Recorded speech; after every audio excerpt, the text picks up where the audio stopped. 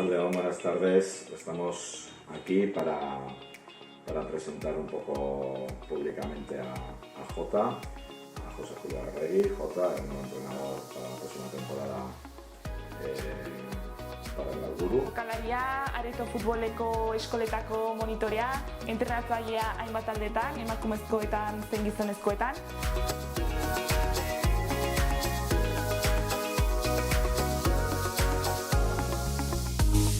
La relación con el fútbol sala empezó de muy pequeñito. Mi entrenador era mi padre y en el colegio, pues como muchos hemos empezado con ese deporte. En Vitoria había muchísima afición y bueno,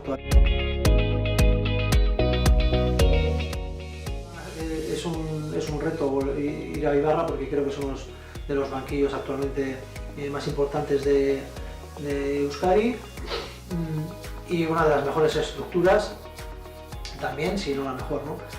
Por lo tanto, para mí es un reto por el nivel de exigencia, por el nivel que me voy a tener que autoexigir para ponerme a la altura, y también es un reto personal, ¿no? Un reto personal porque, bueno,